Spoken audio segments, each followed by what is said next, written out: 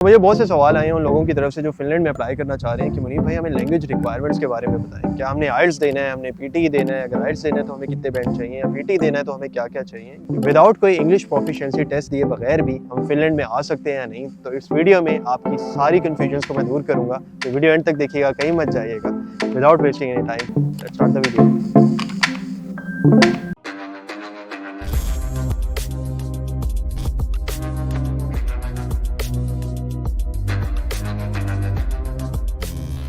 अच्छा, बिफोर हम टॉपिक की बहुत ज़्यादा डिटेल में जाएं, सबसे पहले मैं आपको बताना चाहूँगा कि फिनलैंड को लेके मैंने बहुत सी और भी वीडियोस कवर किए हैं जिसमें मैंने प्रोसेसेस के बारे में बहुत डिटेल में बताया है। वीज़ा कॉस्ट के हवाले से, वीज़ा के प्रोसेस को लेके, अपॉइंटमेंट टाइम्स को लेके सब कुछ बहुत डिटेल में बनाया हुआ है। तो ऑलरेडी मेरी प्लेलिस्ट फिनलैंड को लेके बनी है, आप वो लाजमी देखिएगा कि आपको बाकी चीज़ों का बिल्कुल क्लियर आइडिया हो जाए। टुडेज टॉपिक जो कि ये है कि हमें फिनलैंड के लिए कौन सी लैंग्वेज रिक्वायरमेंट्स मीट करनी है। अब बहुत से अगर आप और कंट्रीज़ देखें जिस तरह जर्मनी, फिनलैंड, ऑस्ट्रिया या और बहुत से फ्रांस वगैरह आप देख लो, तो अक्सर वहाँ पे लैंग्वेज रिक्वायरमेंट्स को लेके थोड़ी सी फ्लेक्सिबिलिटी दी जाती है। मसलन अगर हम जर्मनी की बात करें तो कुछ यूनिवर्सिटीज़ वहाँ पर 5.5 बैंड्स पे भी एप्लीकेशन एक्सेप्ट करती हैं, कुछ 6 पे करती हैं, कुछ 6.5 पे करती हैं। तो हर यूनिवर्सिटी ने अपने हिसाब से एक आइल्स की या इंग्लिश लैंग्वेज टेस्ट की रिक्वायरमेंट को रखा होता है जो कि स्टूडेंट फिलफिल करके फिर अप्लाई करते हैं। ये केस अनफॉर्चुनेटली फिनलैंड के लिए इतना ज़्यादा ट्रू नहीं है, क्योंकि फिनलैंड की मोस्ट यूनिवर्सिटीज़ जो आपसे रिक्वायर करती हैं वो आपसे 6.5 बैंड्स आइल्स के रिक्वायर करती हैं, जो कि ओवरऑल बैंड्स होते हैं। अब ऐसा नहीं है कि ओवरऑल 6.5 है और ईच मॉड्यूल में आपके अगर 6 से कम है तब वो आपको लेंगे। तो उन्होंने जो मिनिमम ईच मॉड्यूल की रिक्वायरमेंट भी रखी होती है वो 6 बैंड्स रखे होते हैं, यानी कि आपको 6.5 ओवरऑल आइल्स में चाहिए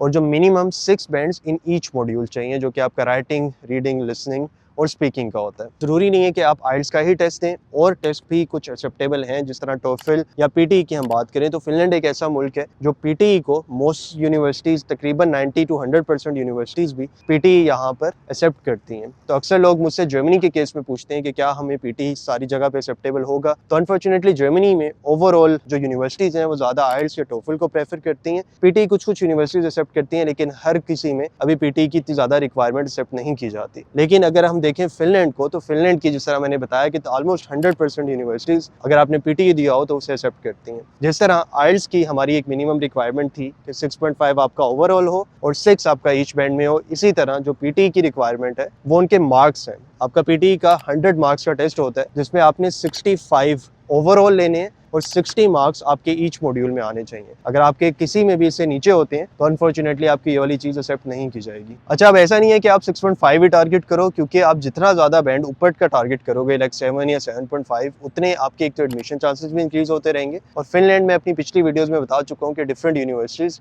different percentage of scholarship offer करती हैं।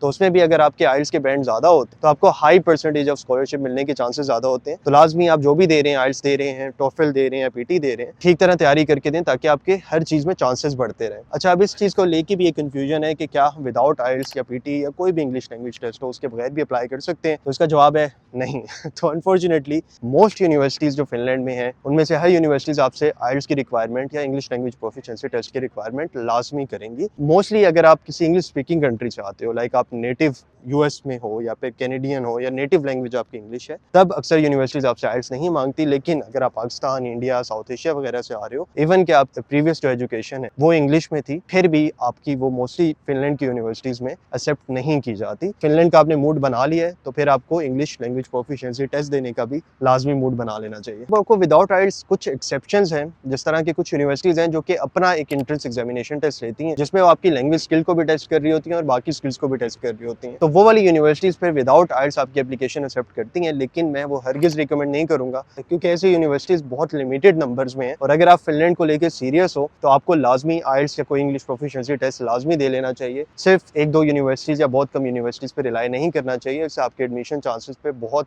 ज़्यादा अफेक्ट पड़ सकता है। अगर आप कंफ्यूज हो कि हमें आइल्स देना चाहिए, पीटी देना चाहिए, मैं सिंपल सा आपको सोल्यूशन बता देता हूँ कि अगर आपका ओनली गोल फिनलैंड है तब मैं आपको रिकमेंड ये करूँगा कि आप पीटी की तरफ जाएं, क्योंकि कंपैरेटिवली वो थोड़ा आसान होता है आइल्स की निस्बत। लेकिन अगर आप और भी यूरोपियन कंट्रीज को आपने टारगेट करना है, अक्सर जगह पे वहाँ पे आपको आइल्स ज़्यादा फायदा देगा एज कम्पेयर टू पीटी। तो अगर आप डिफरेंट यूरोपियन कंट्रीज और भी एज अ बैकअप टारगेट करना चाह रहे हो या उनमें भी अप्लाई करना चाह रहे हो तो आइल्स उसके लिए बेहतर रहेगा। लेकिन अगर सिर्फ आपका गोल फिनलैंड है तो मैं रिकमेंड करूंगा कि आप पीटी भी दे सकते हो, गिवन के जो रीजन मैंने आपको पहले एक्सप्लेन किया। बहुत से स्टूडेंट फिनलैंड में जब अप्लाई करते हैं तो वो प्रोफेशनल्स की हेल्प लेना चाह रहे होते हैं। तो जैसा मैंने पहले बताया कि हम बहुत से स्टूडेंट का केस डील कर चुके हैं, हमारा जो वीजा एक्सेप्टेंस रेशियो है ऑलमोस्ट 100% है और जो एडमिशन रेशियो है वो ऑलमोस्ट 90% है। और ना सिर्फ खाली एडमिशन रेशियो बल्कि स्कॉलरशिप्स भी बहुत से स्टूडेंट्स को मिल रही हैं। इवन विद लो जीपीए हम 30 to 40% तक स्कॉलरशिप अचीव करने में कामयाब हो रहे हैं। तो फिनलैंड के रिस्पॉन्सेज इन जनरल आजकल अच्छे हैं, वीज़ा अपॉइंटमेंट टाइमिंग के डिलेज नहीं आ रहे। द ओनली थिंग इज कि फिनलैंड का वीज़ा दुबई से प्रोसेस किया जाता है, पाकिस्तान से अनफॉर्चुनेटली वो प्रोसेस नहीं होता। लेकिन गिवन के और कंट्रीज अगर आप देखें तो काफ़ी कंट्रीज जिस तरह जर्मनी हो गया, चेक रिपब्लिक वगैरह हो गया, वहाँ पे अपॉइंटमेंट के बहुत ज़्यादा डिलेज आ रहे हैं। तो अगर आप फिनलैंड को ऑप्शन रखना चाहते हैं, बेशक बैकअप ऑप्शन भी रखना चाहते हैं, तो एक बहुत अच्छा बैकअप ऑप्शन होगा। और साथ में फिनलैंड उन लोगों के लिए भी बहुत अच्छा ऑप्शन है जो कि फैमिली के साथ मूव करना चाह रहे हैं, क्योंकि फिनलैंड में अगर आप एज ए स्टूडेंट मूव करते हो तो आप अपने स्पाउस या जो आपके बच्चे हैं आप उनको भी साथ में स्पॉन्सर कर सकते हो। क्योंकि हमारे पास बहुत से केसेस ऐसे आते हैं जो फैमिली वाले होते हैं और जब वो मुझसे रिकमेंडेशन मांगते हैं तो मैं उन्हें फिनलैंड लाजमी रिकमेंड करता हूँ, क्योंकि ना सिर्फ यहाँ पर स्टूडेंट मूव कर सकता है बल्कि स्टूडेंट के साथ उनकी फैमिली या उनके बच्चे भी साथ में मूव कर सकते हैं। इसकी रिक्वायरमेंट को लेकर मैंने अलग से एक वीडियो बनाई हुई है, आप वो भी लाजमी देखना। उसमें मैंने बहुत डिटेल में बताया हुआ है कि आप अगर एज अ फैमिली मूव करना चाहते हो तो आपके लिए फिनलैंड का ऑप्शन कैसा रहेगा। स्पेशली फैमिली वाले लोगों को फिनलैंड अपनी टॉप प्रायोरिटी पे रखना चाहिए। बल्कि अगर आप एज अ स्टूडेंट भी यहाँ पे आ रहे हो तो फिनलैंड के बहुत ज्यादा एडवांटेजेस हैं और उन एडवांटेजेस के बारे में मैंने इस वीडियो में डिस्कस किया हुआ है। और ना सिर्फ एडवांटेजेस बल्कि डिसएडवांटेजेस भी बताए हैं, तो मेक श्योर कीजिएगा ये वाली वीडियो भी लाजमी देखिएगा ताकि आपको फिनलैंड को लेकर और फिनलैंड की प्रोसेस को लेकर कोई कंफ्यूजन ना रहे। तो फिनलैंड को आप लाजमी अपनी लिस्ट में रखें और अगर आपको किसी अगेन प्रोफेशनल की हेल्प की जरूरत है तो आप हमें डायरेक्टली कॉन्टैक्ट कर सकते हैं। उसके लिए सिंपली आपने एक फॉर्म फिल आउट करना होगा जिसका लिंक मैं नीचे डिस्क्रिप्शन में डाल रहा हूँ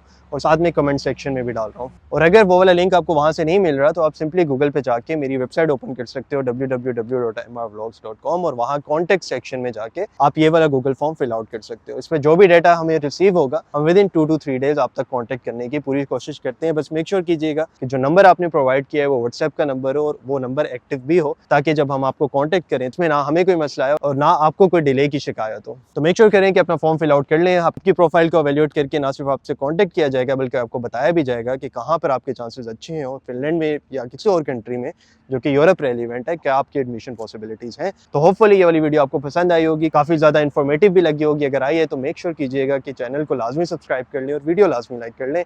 फिनलैंड के अलावा किसी भी और यूरोपियन कंट्री के हवाले से आपको जो भी इन्फॉर्मेशन चाहिए और अप टू डेट चाहिए वो आपको मेरे चैनल पे मिल जाएगी। ना सिर्फ मैंने फिनलैंड से रेलिवेंट बल्कि फ्रांस, बेल्जियम, ऑस्ट्रिया, जर्मनी सबसे रेलिवेंट अपने चैनल पे बहुत सी वीडियो बना रखी हैं। और साथ साथ कोई भी रूल्स अगर यहाँ पे चेंज होते हैं, स्पेशली स्टूडेंट के या वर्किंग क्लोज चेंज होते हैं, मैं उनके हवाले से भी बहुत डिटेल में बात करता हूँ। तो मेक श्योर करें कि चैनल को सब्सक्राइब करें ताकि यूरोप रेलिवेंट कोई भी इन्फॉर्मेशन आपसे मिस ना हो। इंशाल्लाह आपको नेक्स्ट वीडियोज़ में मिलते हैं, तब तक के लिए ख्याल रखिएगा, दुआ में याद रखिएगा। अल्लाह हाफ़िज़।